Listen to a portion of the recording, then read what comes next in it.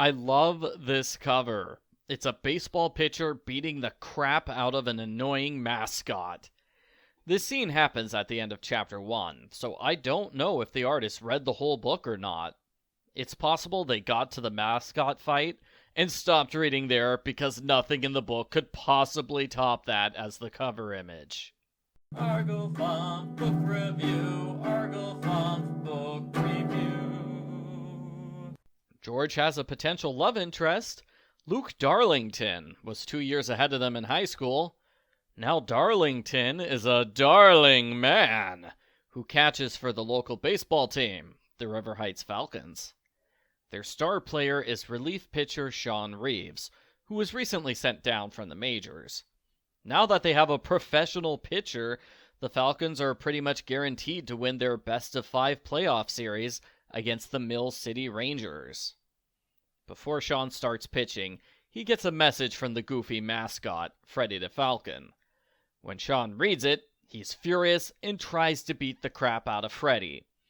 The crowd thinks the entire thing is a hilarious joke, but it's not. Sean plays so badly that the team loses the game. He storms away when Brenda Carlton tries to interview him. That doesn't set off Nancy's mystery radar because most guys run away from Brenda. Nancy finds a man tied up behind the dumpster. He's the normal mascot performer.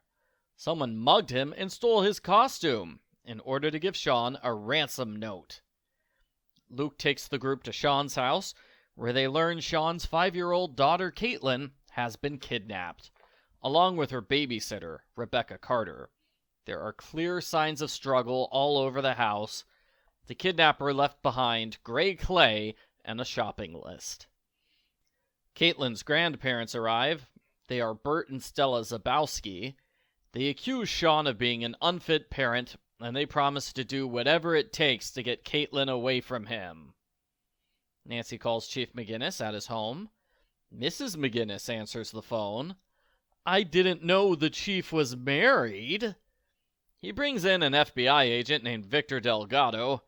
Victor hates amateurs, and he wants Nancy off the case. That would ruin the book, though, so he reluctantly agrees to keep her on. As usual, Brenda Carlton gets nosy about the mystery. Nancy tries to hide everything from Brenda, otherwise Brenda will interfere and mess up the case. I am curious how Brenda learned the FBI was in town. She must have better sources than I thought. Nancy makes a suspect list. Bill Burrows is the overly serious manager who has a distinct birthmark. The rival manager is Stormy Tarver, who loves attention and has a history of shady deals. Another suspect is the team's normal pitcher, Rod. He can't be happy to have Sean stealing his spotlight. Rod drops a paper with Stormy's hotel room number on it. Sean gets a package with Caitlin's hair and a note ordering him to lose the series. The Zabowskis hire a big-shot attorney to petition for custody of Caitlin. This is a brief storyline, but I think it was a lost opportunity to bring Nancy's dad into the mix. Imagine if he was the attorney going after Nancy's client. As it is, the attorney stuff is neatly resolved.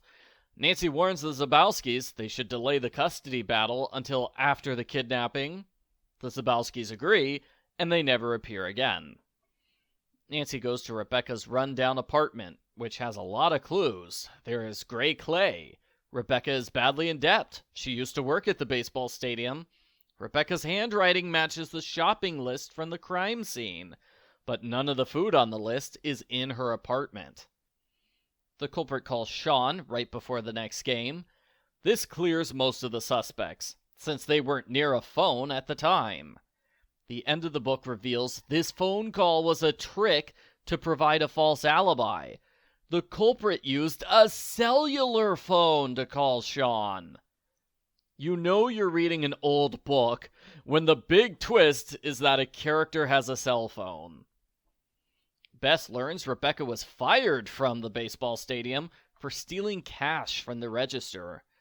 Nancy hears a rumor that Stormy will go bankrupt if her team doesn't win the series. Nancy sees Stormy break into the locker room to leave a note for Rod. Victor purposely scares Nancy for fun. She's pretty mad to learn he and the FBI have been following her all along. She goes into sassy detective mode when he questions her about the case. Nancy's dad gives her a bunch of old clothes for a clothing drive. Nancy meets with Stormy, who waves off claims that she's bankrupt. Stormy talks about herself more than anything else. She leaves suddenly when she gets a call from Rod. Nancy follows Stormy. She uses her dad's clothes to disguise herself as a bag lady. Victor is very amused by this disguise. It works. Nancy gets close enough to overhear Stormy and Rod. Rod says they can't keep meeting in secret. They have to wait until the series is over. 3 times, Nancy encounters a construction vehicle at an odd intersection. She notices one of the vehicles has gray clay. On a hunch, she goes to that construction site.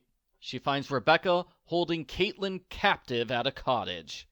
Nancy overpowers Rebecca and saves Caitlin. Rebecca refuses to name the mastermind behind the kidnapping. Caitlin doesn't know the culprit's name, so it takes a while to get her to officially confirm the culprit is Bill. Bill uses the mascot costume as a disguise again.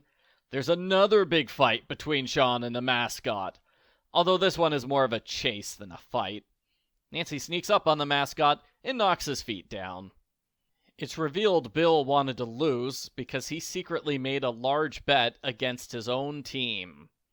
I totally thought Stormy and Rod were secretly dating. It would have been a stormy relationship.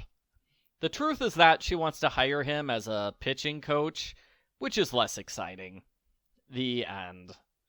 Post-book follow-up. This was an enjoyable book, although I saw complaints it has a little too much inside baseball talk, as the central premise involves a specialty pitcher being sent to the minors with stipulations. Yes, that won't make sense to everyone, but I think readers who don't know about baseball will be able to understand the basic idea that Sean is losing on purpose. I thought the cliffhangers were overdone. I know the publishers require the author to end each chapter with a big cliffhanger, but that's not necessary here. It's still a high-stakes case, even though Nancy's life is not in constant danger. The book doesn't need to keep pretending she's about to die. I did not like Victor because I couldn't get a read on his personality.